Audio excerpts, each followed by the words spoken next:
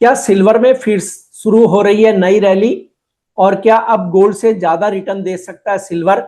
MCX में लगातार तेज हलचल, ग्लोबल सप्लाई डेफिसिट और डॉलर की कमजोरी और एआई सोलर सेक्टर की बढ़ती डिमांड के बीच सिल्वर का ट्रेंड तेजी से चेंज होता दिख रहा है।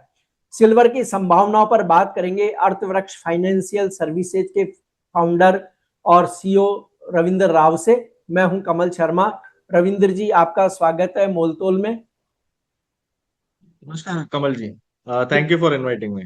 जी रवि जी, क्या सिल्वर अभी बुलिश ट्रेंड में है या सिर्फ शॉर्ट कवरिंग चल रही है? कमल जी देखिए, सिल्वर में मेरे हिसाब से जो स्ट्रक्चरल ट्रेंड है, जो उसका स्ट्रक्चरल जो प्राइमरी ट्रेंड है वो अभी भी बुलिश है। और ये बुलिश तभी से हुआ जब से सिल्वर ने $54 स्पॉट में तोड़ा था। उसके बाद हमने एक बहुत ही फास्ट मोमेंटम देखा था टुवर्ड्स $120 शॉट। तो वो बहुत दैट वाज नॉट जस्टिफाइबल जो रैली आई थी।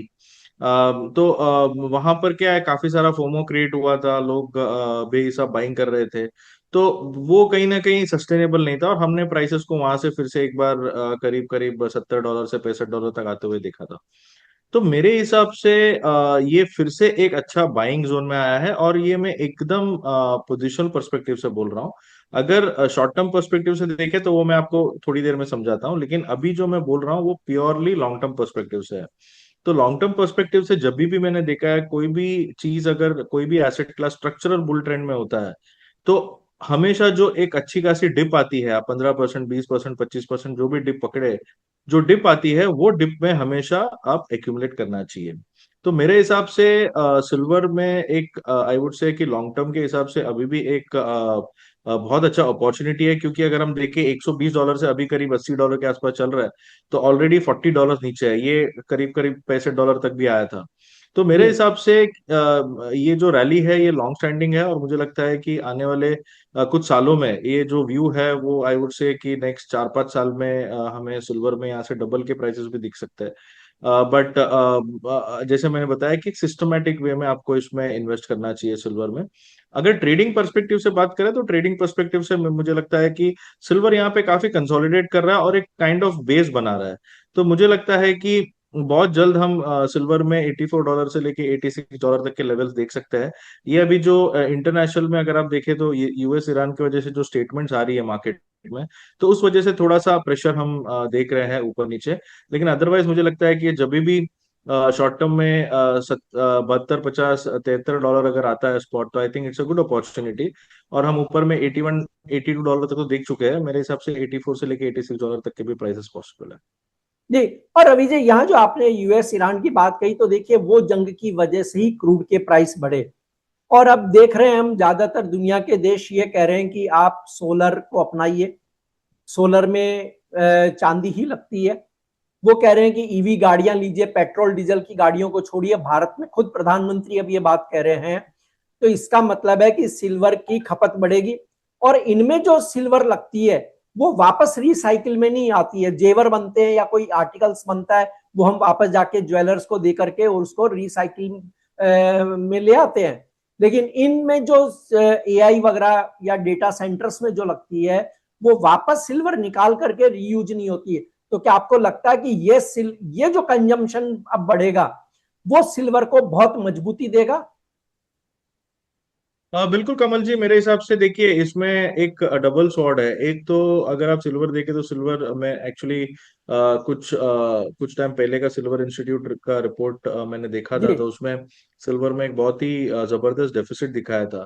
तो ऑलरेडी डेफिसिट है, उसके ऊपर अगर डिमांड इसमें बढ़ने के चांसेस है, जैसे आपने राइटली बताया कि ईवी व्हीकल्स हो या फिर सोलर पैनल्स हो, तो सिल्वर की जो इंडस्ट्रियल डिमांड है वो कंटिन्यू रहने वाली है। और अगर डेफिसिट के चलते अगर डिमांड बढ़ रही है तो आई थिंक दोनों साइड से सिल्वर को एक सपोर्ट मिल सकता है। तो मुझे लगता है, और सेम आपको प्राइस एक्शन में भी दिख रहा है। जो मैंने आपको $54 के ऊपर जो ब्रेकआउट बोला, वो करीब करीब almost 5 decade, that is 40-50 years का एक ब्रेकआउट है। तो जब मैंने मेरे 20 साल के करियर में मैंने कभी ऐसा नहीं देखा है कि इतना बड़ा जब ब्रेकआउट आता है तो आपको मूव मिलता नहीं है। तो मेरे हिसाब से अगर वो ब्रेकआउट और प्लस जैसे डिमांड और सप्लाई का जो स्टोरी है अगर वो देखे, तो I think it's a perfect time silver के लिए ऊपर जाने के लिए। तो आई थिंक इन्वेस्टमेंट के लिहाज से भी silver is a very good asset class. जी, तो क्या अभी फिर फिजिकल सिल्वर खरीदना सही है, ये राइट टाइम है? फिजिकल सिल्वर मैं थोड़ा सा अवॉइड करूंगा, क्योंकि नॉर्मली अगर हम मैं नॉर्मली क्लाइंट्स को जब भी एडवाइस करता हूं तो फिजिकल फॉर्म में मैं तभी रिकमेंड करता हूं जब भी आपको वो कंजम्पशन के लिए यूज करना हो। क्योंकि कंजम्पशन के लिए आप पेपर गोल्ड नहीं ले सकते हो, तो कंजम्पशन के लिए अगर ज्वेलरी करना है या कुछ भी करना है तो उसके लिए फिजिकल ठीक है। बट मुझे लगता है कि अगर आपको इन्वेस्टमेंट के सिनेरियो से और अगर आपको सिस्टमेटिकली एक्यूमुलेट करते रहना है, तो मेरे हिसाब से the best would be ETF, silver ETF में इन्वेस्ट करना चाहिए। या फिर सिल्वर फंड ऑफ फंड्स में, अगर आप मॉनिटर नहीं कर सकते हो ईटीएफ, क्योंकि ईटीएफ लेना मतलब एक स्टॉक खरीदने जैसा है। तो अगर सपोज मैंने कोई एक स्टॉक मेरे को बुलिश लग रहा है, वो मैं हर महीने एसआईपी के थ्रू बाई कर रहा हूँ। ईटीएफ सिल्वर आप वैसे ही कर सकते हो, आप सिल्वर ईटीएफ में हर महीने, हर वीकली, हर 15 दिन में आप उसको सिस्टमेटिकली इन्वेस्ट कर सकते हो। जो फिजिकल में थोड़ा सा मेरे हिसाब से डिफिकल्ट हो जाएगा करने के लिए, प्लस स्टोरेज का इश्यू हो जाता है, थेफ्ट का इश्यू हो सकता है। तो I think ETF would be the right medium. अगर इन्वेस्टमेंट करना है तो मेरे हिसाब से सिल्वर ईटीएफ या फिर फंड ऑफ फंड्स में इन्वेस्ट करना चाहिए। तो जिस तरह अभी हमने देखा कि एनएसई ने इलेक्ट्रॉनिक गोल्ड रिसिप्ट्स जारी किया, तो क्या इसी तरह ईटीएफ सिल्वर को देखते हुए अब सिल्वर के भी रिसिप्ट जारी कर देनी चाहिए क्या, इलेक्ट्रॉनिक? पॉसिबल है मेरे हिसाब से। देखिए, इनफैक्ट मैं तो ये बोलूंगा कि सिल्वर का तो होना ही चाहिए, क्योंकि गोल्ड में अगर हम देखें तो गोल्ड में ऑलरेडी एक रैली आ चुकी है और गोल्ड में हमने बहुत ही शानदार परफॉर्मेंस देखा है। लेकिन सिल्वर में आई थिंक वो कहते हैं ना कि पिक्चर अभी बाकी है, ये तो सिर्फ ट्रेलर था।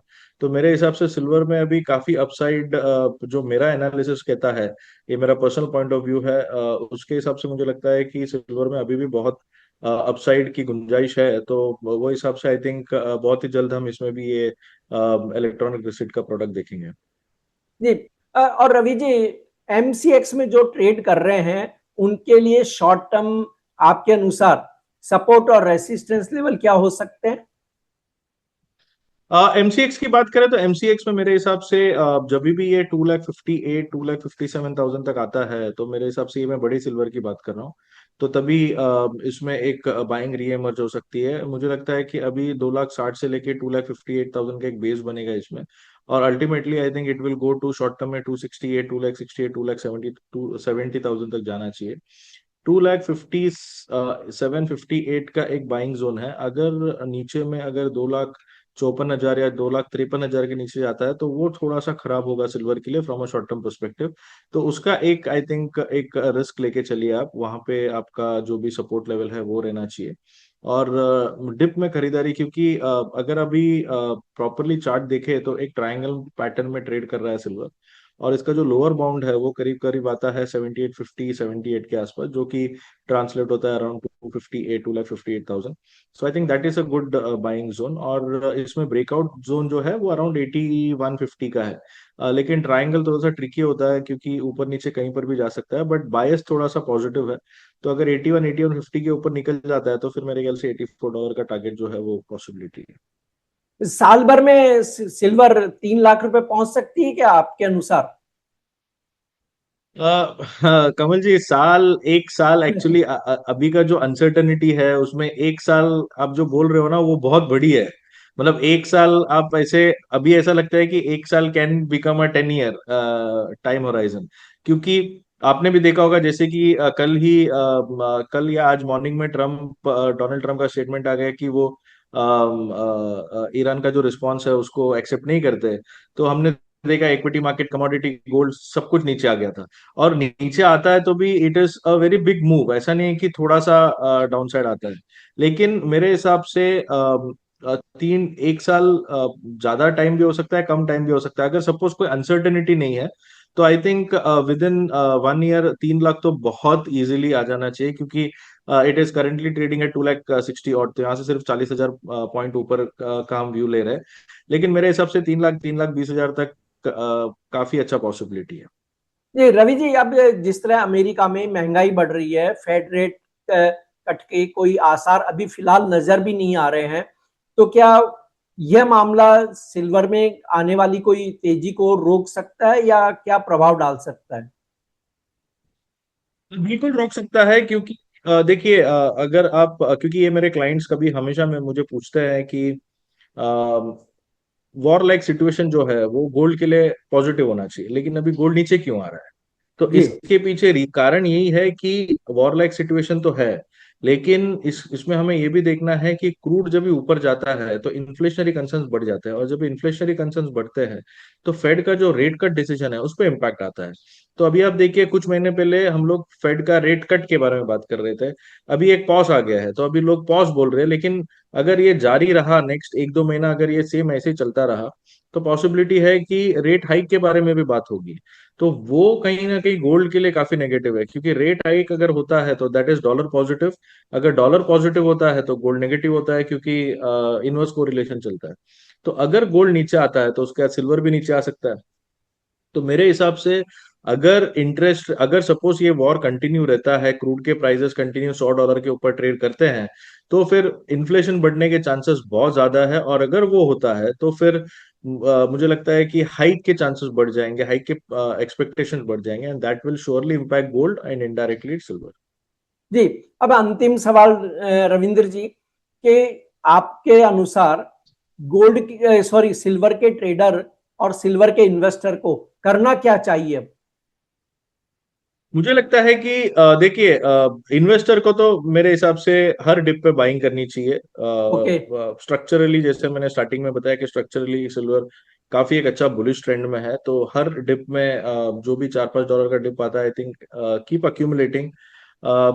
डिप अगर नहीं भी आता है तो भी आप पिरामिडिंग कर सकते हो, अगर ऊपर जाता है प्राइजेस तो ऊपर में भी आप एक्यूमुलेट करते रह सकते हो, सेम लाइक एसआईपी आप जैसे करते हो। ठीक है। शॉर्ट टर्म ट्रेडर्स के लिए मुझे लगता है कि मार्केट बहुत अच्छी अपॉर्चुनिटीज दे रहा है एवरी डे बेसिस पे। मैं ये रिकमेंड करूंगा कि कोई भी पोजीशन कभी कैरी मत कीजिए, ठीक है, स्पेशली इन डेरिवेटिव्स, क्योंकि क्या होता है कि every day there is some or the other statement from US, Iran, कहीं से भी स्टेटमेंट आ जाता है, next day market gap up या गैप डाउन हो जाता है, और अगर अगर डे के शुरुआत में अगर आपको नुकसान हो गया तो आपका जो पूरा दिन का जो ट्रेडिंग है उस पर इम्पैक्ट हो जाता है। तो मैं ये रिकमेंड करूंगा कि आप ट्रेडिंग कीजिए, एवरी डे ट्रेडिंग कीजिए, और अगर अपॉर्चुनिटी मिलता है तो ऐसा नहीं कि जबरदस्ती हमको ट्रेड करना है, बिल्कुल लेकिन अगर बिल्कुल। आपको अपॉर्चुनिटी मिलता है तो इंट्राडे ट्रेडिंग से आप इंट्राडे करके आप एग्जिट कर लीजिए, इसको कैरी मत कीजिए। क्योंकि मैंने ये पर्सनली देखा है, क्योंकि हम लोग रिसर्च भी प्रोवाइड करते हैं, तो मैंने ये देखा है कि एवरी डे बेसिस पे आपको अपॉर्चुनिटी मिलती है। तो और सिल्वर का मूव इतना बड़ा हो गया है कि आपको 400-500 पॉइंट का तो मूव आराम से मिल जाएगा, अगर आपने डायरेक्शन सही तरीके से पकड़ा है तो मेरे हिसाब से चार्ट देख के आप इजीली इसमें काम कर सकते हो ऑन अ डेली बेसिस। और जैसे मैंने बताया कि एकदम strict stop loss, without stop loss काम करना ही नहीं है इसमें, और ओवरनाइट पोजीशन कैरी करना थोड़ा सा अवॉइड करेंगे तो बेटर है। जी, आपका कोई डिस्क्लेमर रविंद्र जी? जी कमल जी, हमने अभी जो भी हमने अपना व्यू पॉइंट दिया है, हमने हमारे क्लाइंट्स को भी दिया है ये व्यू पॉइंट्स, हमारा पर्सनल कोई पोजीशन नहीं है इसमें। और मेरा ये आपके दर्शकों को ये निवेदन होगा कि आप लोग जो भी करे एक प्रॉपर डिसिप्लिन्ड वे में करे। कोई भी जो इन्फ्लुएंसर्स और यूट्यूब में जो भी वीडियोस आते हैं वो देख के ट्रेडिंग करना बहुत रिस्की है। अगर आपको कुछ भी करना है तो सेबी रजिस्टर्ड जो रिसर्च एनालिस्ट है, सेबी रजिस्टर्ड एडवाइजर्स है, आई थिंक उनके थ्रू ही कीजिए। और जैसे मैंने बताया, डिसिप्लिन वे में विदाउट स्टॉप लॉस कोई भी पोजीशन नहीं करना है, क्योंकि derivatives in itself is a risky product. अगर उसमें अगर आपने रिस्क मैनेजमेंट नहीं किया तो it can be a very big impact, और आपका जो स्ट्रैटेजी है वो आपका कैपिटल प्रिजर्वेशन का होना चाहिए। तो उस हिसाब से मुझे लगता है कि एक डिसिप्लिन्ड वे में और प्रॉपर एडवाइजरी या प्रॉपर रिसर्च जो सेबी रजिस्टर्ड है उनके थ्रू ही एडवाइस लेके आप ट्रेडिंग कीजिए। जी बिल्कुल, आपकी सही बात है रविंद्र जी। वो गाड़ी चलाने का क्या फायदा जिसमें ब्रेक प्रॉपर ही ना हो, क्योंकि एक्सीडेंट होना तय है। बिल्कुल। तो यही स्टॉप लॉस की अहमियत है। आपका बहुत बहुत शुक्रिया, धन्यवाद रविंद्र जी। कमोडिटी मार्केट में हर मिनट बदलता है मौका। खबर से पहले संकेत चाहिए, मोल तोल मुनाफे की बात। कमोडिटी ट्रेडर्स का स्मार्ट न्यूज ऐप अभी डाउनलोड करें।